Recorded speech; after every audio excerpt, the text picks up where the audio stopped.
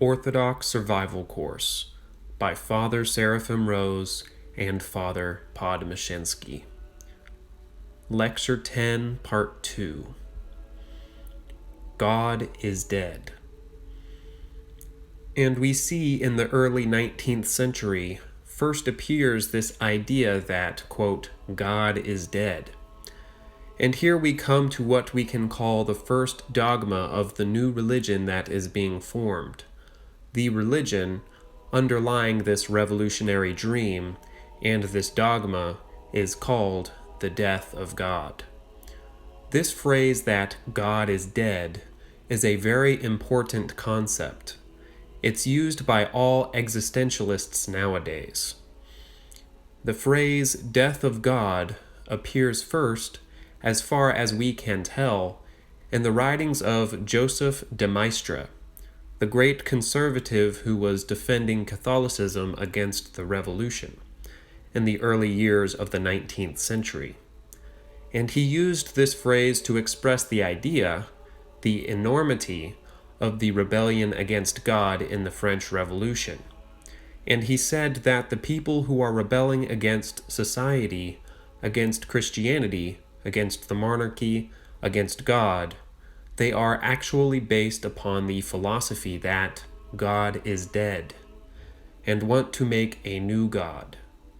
In other words, Christianity is dying, and the new religion is coming to birth. No one even particularly read this phrase.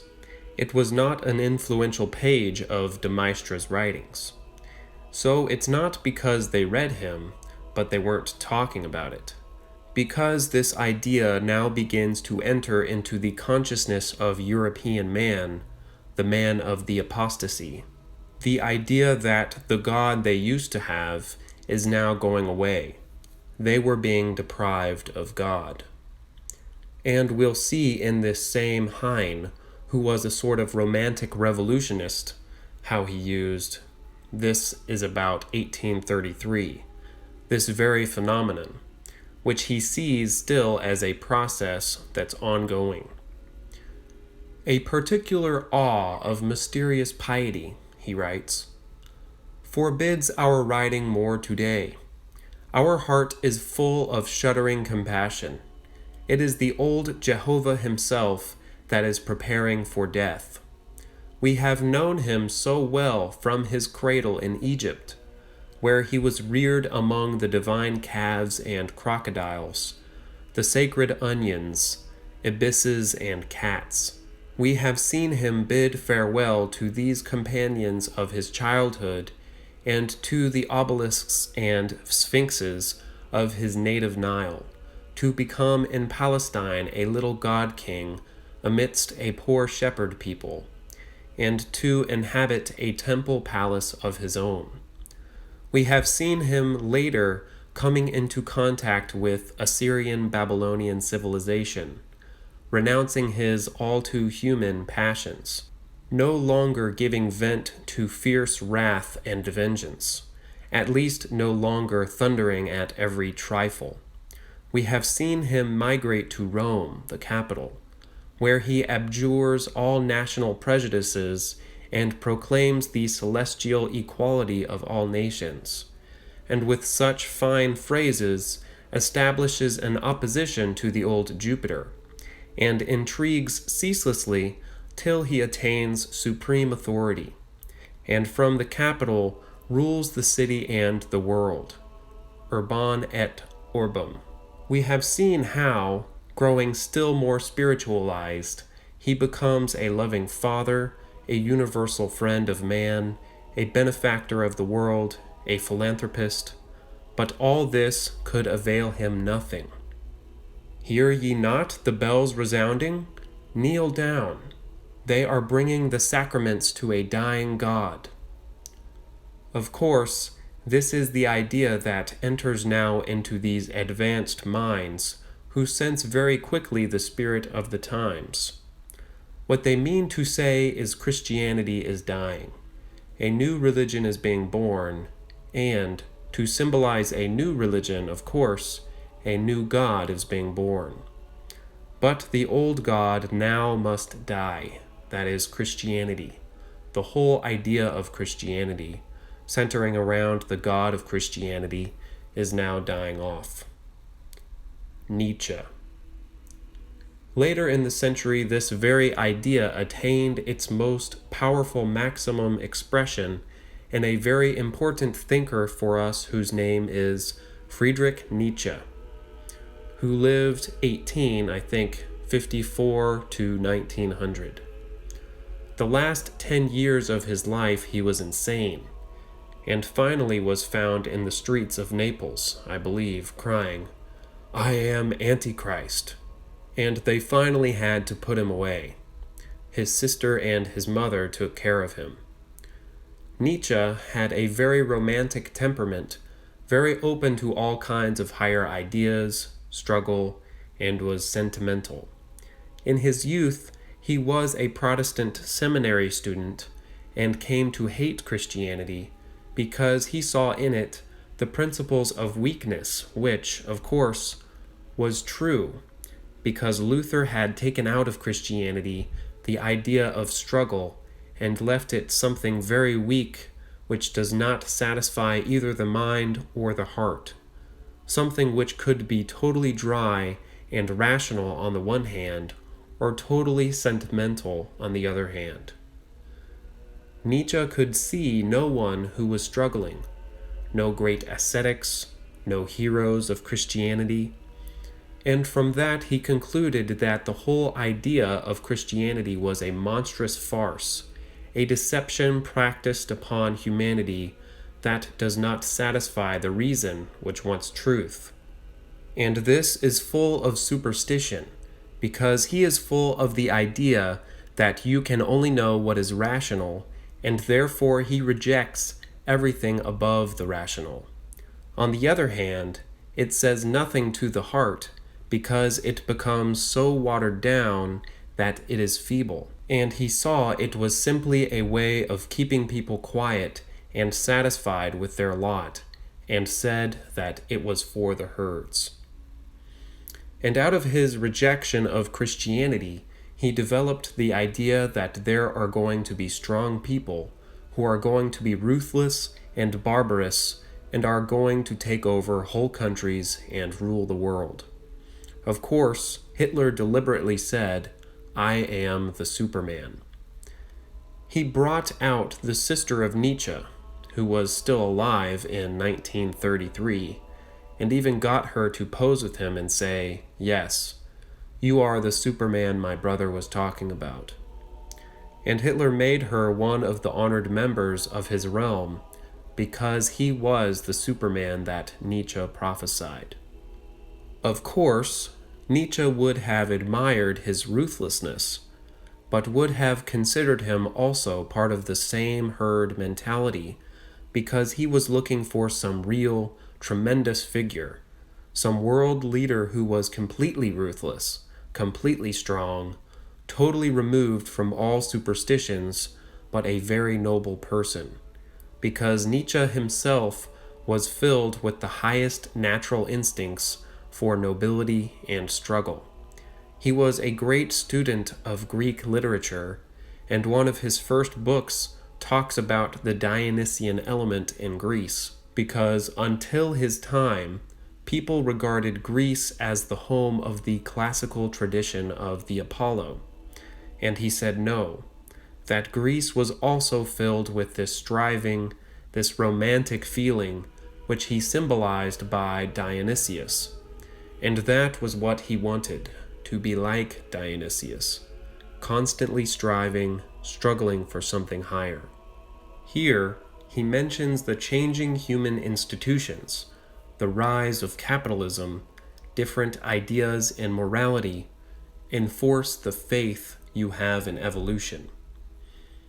The concept that an organism reacting and acting upon a complex environment evolves is now basic.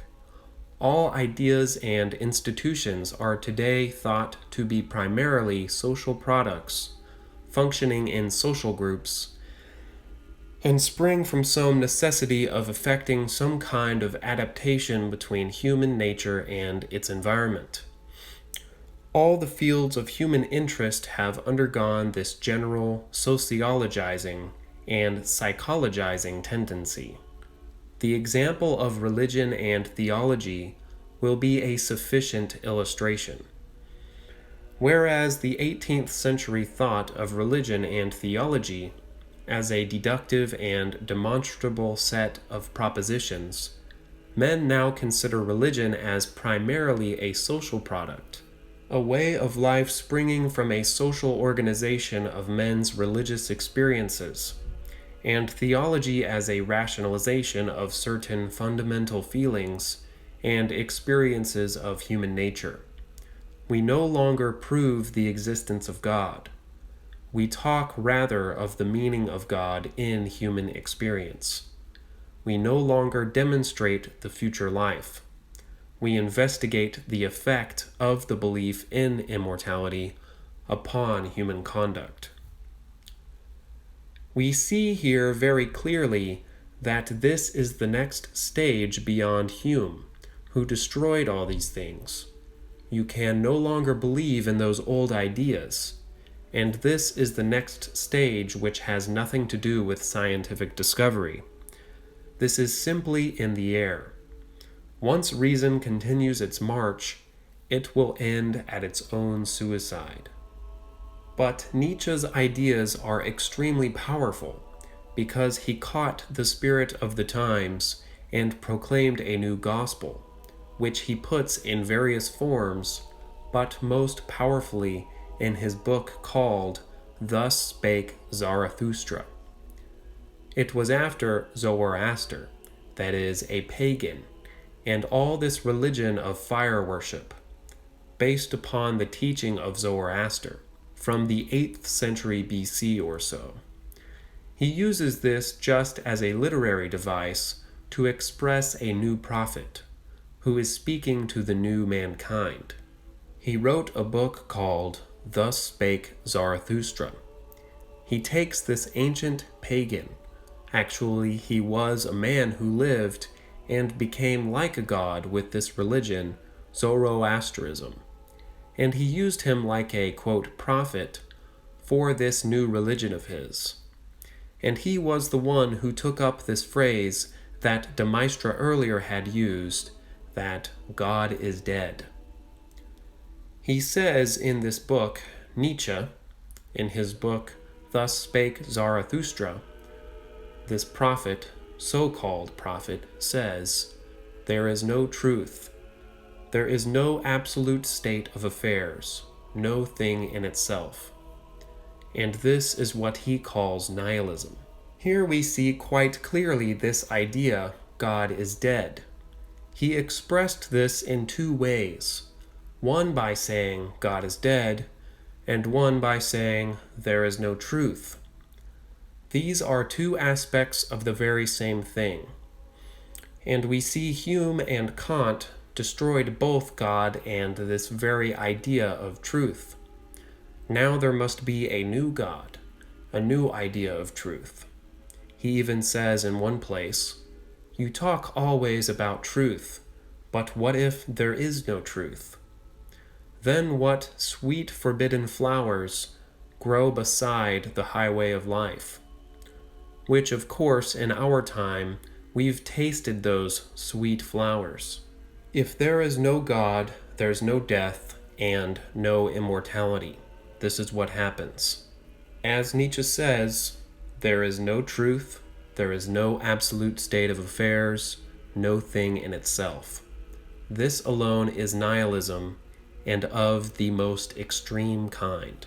Again, he says, asks the question, what does nihilism mean? That the highest values are losing their value. There is no goal. There is no answer to the question, why? All the questions which the human mind asks, why am I here? Where does it all come from? What's this life about? What does it end in? Is there life after death? And he says there's no answer. There's nothing out there. There's no absolute. There's no God. There's no answer to your questions. Nihilism is this very spirit which animates the revolutionaries. Turn everything to nothing. Destroy. Let nothing be left. Wipe it all out. And Nietzsche is the philosopher of this. He expresses quite poetically this phenomenon of the death of God. Kant was very rationalist, abstract, and simply expressed what was in the minds of people at that time. What you must think like if you are to be in the main tradition of Europe. Remember what Kant said? The thing in itself, we can't know what it is, that reality out there. And he says there simply is no thing in itself. There is no truth. There is no absolute. In other words, he's totally influenced by Hume.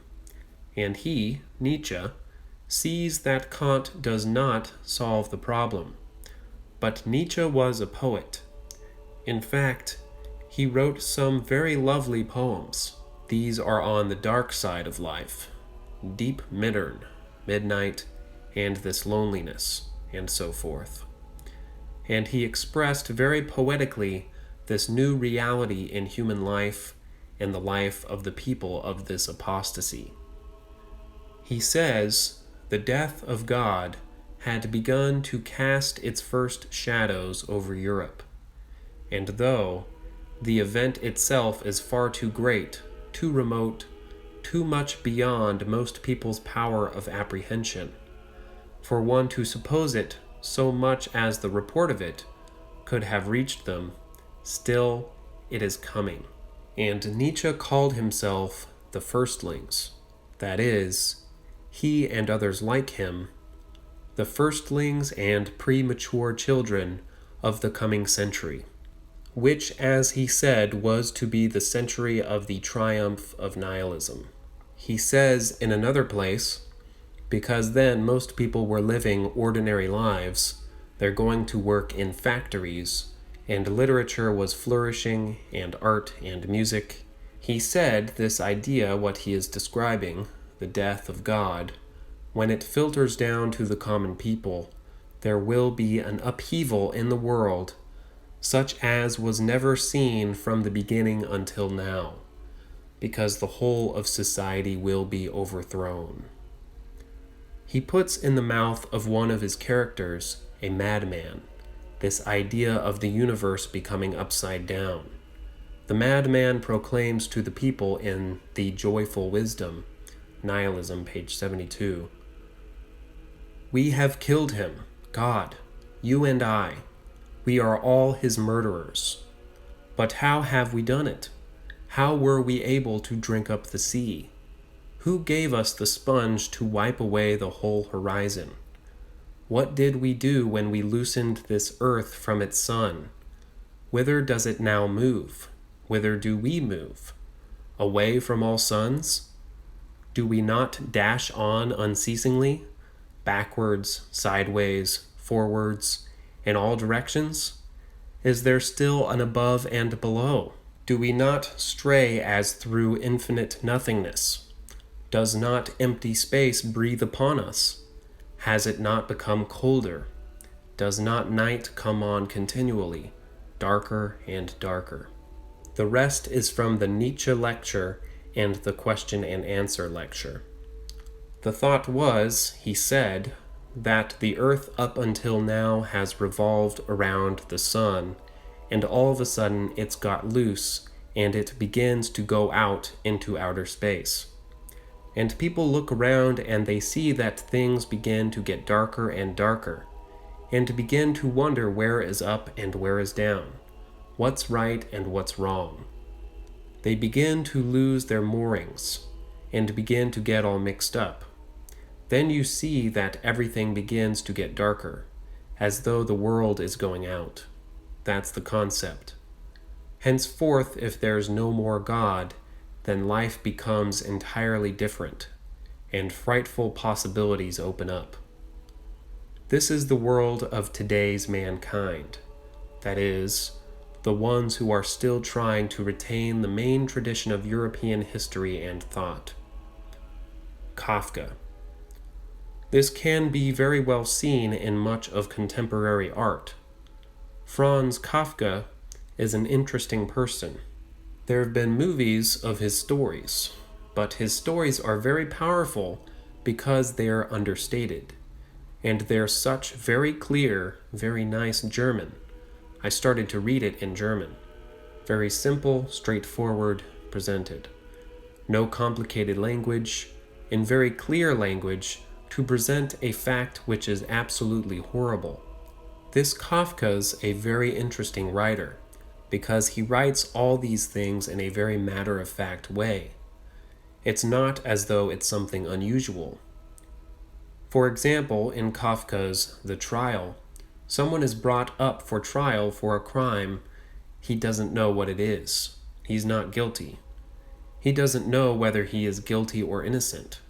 He's announced to be, "You go on trial tomorrow at 10 o'clock. On trial? What did I do? We don't know. Just show up." And he goes and he finds these very shadowy figures. It's all very mysterious. He doesn't know who his judges are. He doesn't know what his crime is, who his witnesses against him are, and what he did. And this is presented in such a matter-of-fact way that it is as though he is living in a nightmare. And it turns out that apparently just for existing, he's guilty. He doesn't know quite how to answer it, and they kill him off someplace. And it's just this idea that there's no sense anymore, no logic, just that. Because there's no more God, you're in a state of being hounded. Or again, his story called Metamorphosis. It's an autobiography of this young man who lives with his mother, and he wakes up one morning and discovers that he is a big brown bug, 6 foot high, a big beetle. His mother comes in and sees him and says, "Oh my, can't let you outside in that shape." And this story is about how he is suffering because he has become a beetle. And he's not bitter about it. That's just the way he is. He's become a beetle. And it's very difficult to get along with his family. And his mother, his family's sort of hushing up the matter. "Shh, don't tell anybody." "Where's your son?" "Oh, he's resting today, don't disturb him." And so they're all so embarrassed as they come and discover he's turned into a beetle. And I think he finally ends up crawling and dying on the floor or something. And it's presented in such a matter-of-fact way. It's so horrible, this whole idea. And you say, what's the point? The point is that, just like Nietzsche says, reality became different now. Now we don't know whether we are human. Are we not human? We start to teach that we come from apes, and you begin to say that we have ape-like nature in us. If we have an ape-like nature, we might have beetle-like nature too. Before anything, this lower animal thing begins to enter into our human nature. If there's no more God, then our whole outlook on life becomes free. You can become a beetle. You can be a man going to the stars. You can have advanced civilization. There's all kinds of new possibilities that open up. This is what the more recent writers in the last 20 years or so call the art of the absurd. We also see someone like Eugene Ionesco, the Romanian playwright who lived in Paris, who writes about people turning into rhinoceroses and this whole surrealistic atmosphere. It's all laid like parodies, sort of allegories expressing how silly the human condition becomes because there's no more God, that life is ridiculous. Or Beckett even. The whole play that takes place in a garbage pail, and they're waiting for Godot, and they're waiting for some kind of new revelation, and sit there talking about how God is gone and so forth. And Camus, who talks about rebellion as the only thing worth doing, leads to the reality of life, and the most logical thing for a man to do is commit suicide. And finally, he dies by running his car into a tree. And this whole world of contemporary art, which is full of loneliness, absurdity, we do not even know what's up, what's down. What Nietzsche says, we have become very lonely and cold. One man can be lost in an infinite universe. We don't know what's going on because the sun has gone out. God is gone. And of course, if you don't believe in God, the world becomes a very miserable place. Indeed, you don't know where you're going, what you're doing, because God gives meaning to everything else in life. Everything is permitted. This first dogma introduced from the new religion. It's actually preparing for the new religion, that is, the death of God. There is no God, there is no truth, has several consequences, corollaries. The first consequence is, as Nietzsche says, there is no God, therefore everything is permitted. The same thing is said by Ivan Karamazov in Dostoevsky's novel. If there is no immortality, everything is permitted. In fact, we'll see that Nietzsche and Dostoevsky were thinking exactly on the same wavelength, had exactly the same ideas, because they were both in tune with the spirit of the times. But Dostoevsky approached it from the point of view of someone who knows orthodoxy, and Nietzsche approached it as the prophet of this new teaching, because he did not know Christianity, and he considered Christianity to be a doctrine of weakness, the herd mentality. So this is all bound up by, if God is gone, there is no truth, there is no eternal life. All that Christian civilization lived on is now gone. It's only a matter of time until because if faith is gone, everything built up from that faith will disappear, and therefore the revolution becomes logical. So the first consequence is, everything is permitted, that is, revolution, any kind of experiment in morality, government, art. In fact, we'll see in a later lecture how the very concept of art suddenly begins to crumble. What is art becomes filled with these very revolutionary, nihilistic ideas. A new age. The second consequence of the death of God is that there begins to be a new age. Nietzsche says in 1884, "It may be that I am the first to light upon an idea which will divide the history of mankind in two. As a result, all who are born after us belong to a higher history than any history hitherto." Of course, this is the age when God was still meaningful, when Christianity was still alive to some degree. There's some remnant of Christianity. And the new age when God is removed as the center, when Christianity is no longer accepted, that is the age of normal humanity and the age of revolution. But as a matter of fact, he wasn't as original as he had thought, because 12 years before, this Dostoevsky already expressed exactly the same idea in the thought of this Kirillov in The Possessed, who said in one of his prophetic moments, "Everything will be new. Then they will divide history into two parts, from the gorilla to the annihilation of God, and from the annihilation of God to the transformation of the earth, and of man physically." This is the idea of a new paradise coming up. This is Kirillov, the one who thought he had to become God in The Possessed. Superman. And finally, we come to this third consequence of the idea God is dead. That is, there shall be annihilation of God, shall be the total transformation of the earth and man physically, which means Superman, the coming of the Superman. Man is only something which is temporary and has to be superseded because he's too weak. He's going to become a Superman. And what he means by Superman is someone who does not care about Christian morality. If you feel like killing someone, you kill. If you feel like doing anything you please, you do it.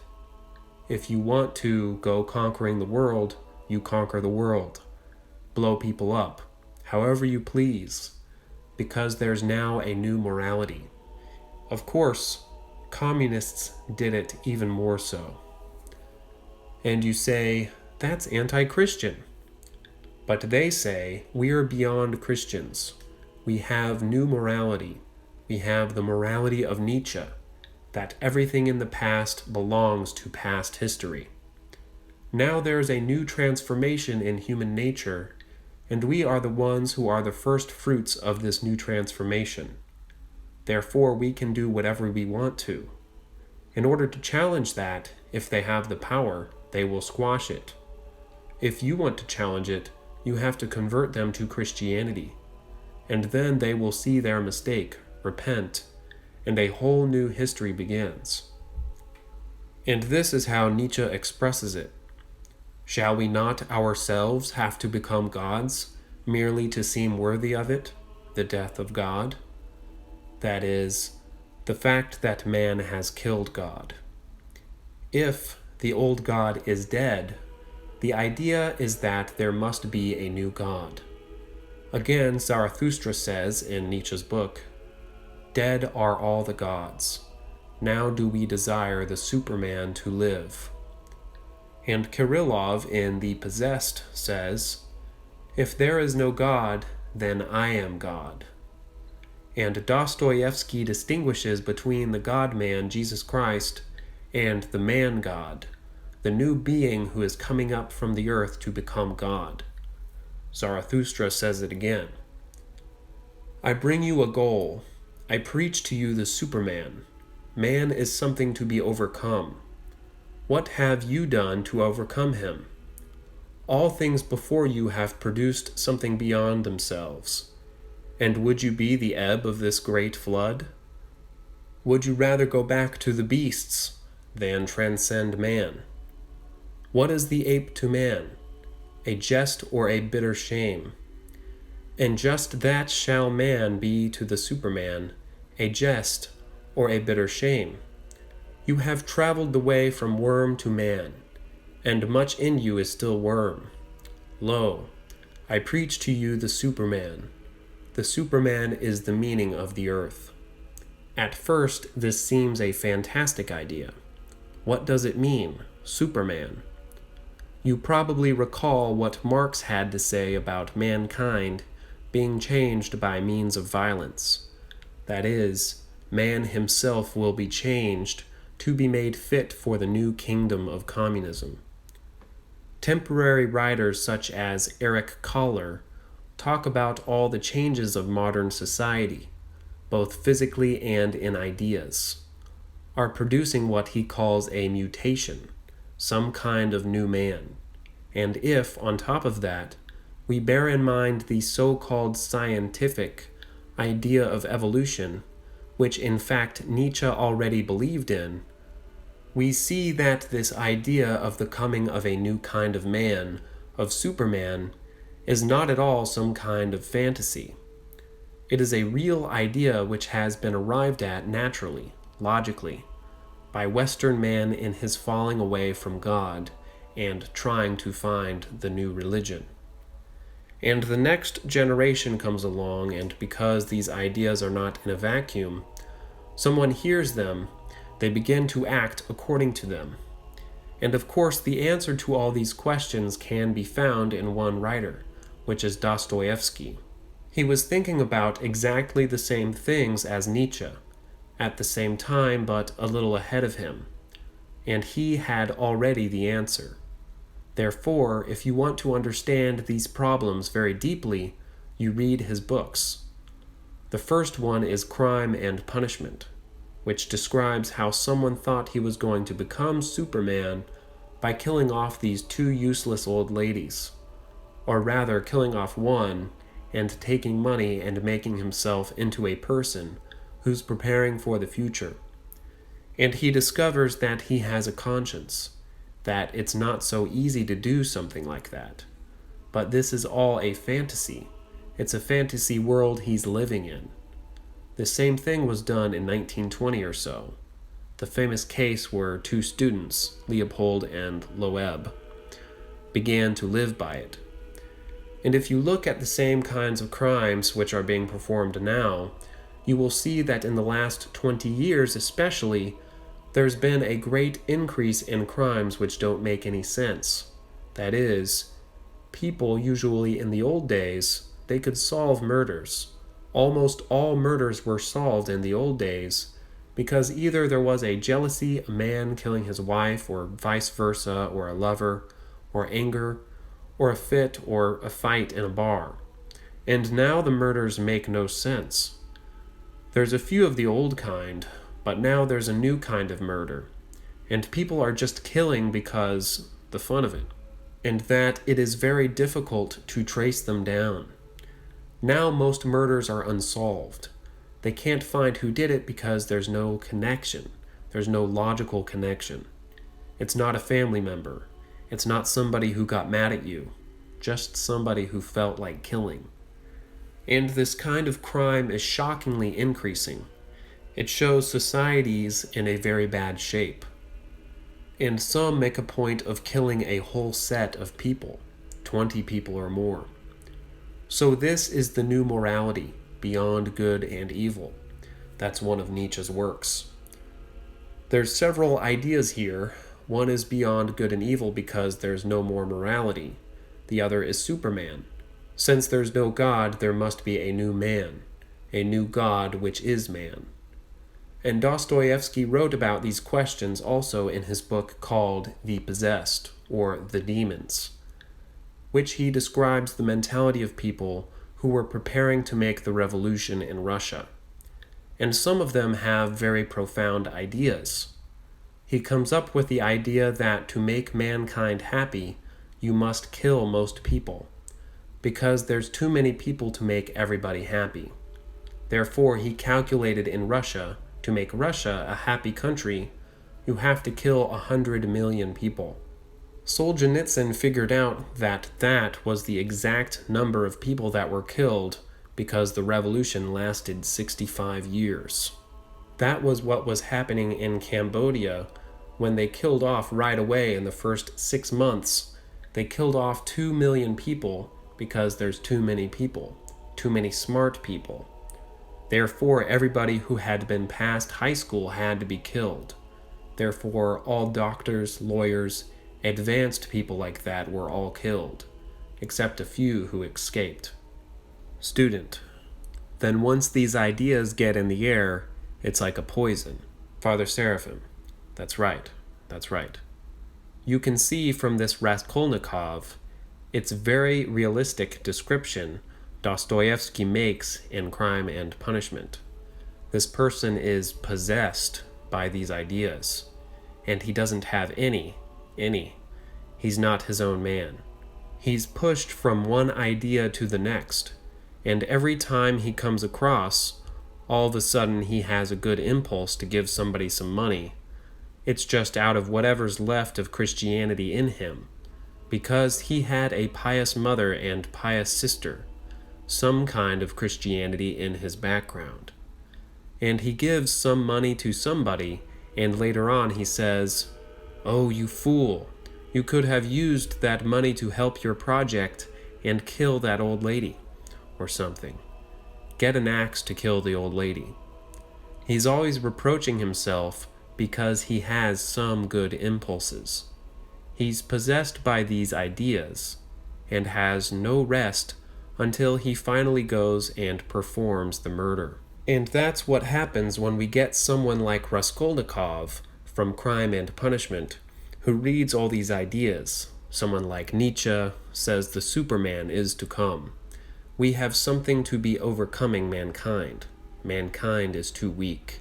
Actually, if you compare, today's the day of Saint Anthony the Great, the answer to Nietzsche is Anthony the Great, because Anthony the Great did overcome mankind, his own human nature. He was like an angel on earth, and these people, thinkers, totally lost contact because they lost Christianity. They lost contact with these saints, and therefore they didn't realize that there is a whole family of people who are in this process of overcoming human nature with the grace of God. Not knowing that, he saw that human nature by itself is so small and weak that it's not worth fighting for. Therefore, it has to be overcome, but by some kind of external thing. And they jumped upon this idea of evolution because that shows you man was once an ape-like creature who is going to become something else. He's going to become something higher. And therefore this present stage is only an intermediary stage, nothing particularly important. Therefore, if you kill 100 million people, there's no particular thing wrong with that. Or in Cambodia, when the communists took over, they killed 1/3 of the population. Nothing's particularly wrong. It's just an experiment. And we are heading for some higher state. Therefore, it's justified. And the only measuring stick is Christianity. And with the doctrine of evolution, there is found what seems to be a scientific foundation. This very complex question of evolution, which has many aspects, scientific, philosophical, religious, and is one of the key ideas of our times, which requires a great deal of concentration to get all the aspects of it straightened out. We'll have to examine precisely this doctrine of evolution to see what it gives to modern man, and give enough to criticize it quite thoroughly, so as to see what part it might place in the philosophy of the apostasy. Because this idea is, as it were, a key to understanding the whole revolution, the whole idea of a new age, which is coming about through the chiliastic expectations of all these writers we've been talking about. In our next lecture, we'll talk about it in general terms, and also we'll talk about more specifically the one great prophet of evolutionism of our times, who is Teilhard de Chardin, who is most symptomatic of all these chiliastic currents which are going out in the world now. This concludes the reading of Lecture 10 of the Orthodox Survival Course by Father Seraphim Rose and Father Podmashensky. Be sure to like, share, and subscribe, and check out my social media in the description, as well as click the notification bell to be notified of anything new I post. And if you'd like, you can donate to my Patreon, which is also in the description. Thank you, and God bless.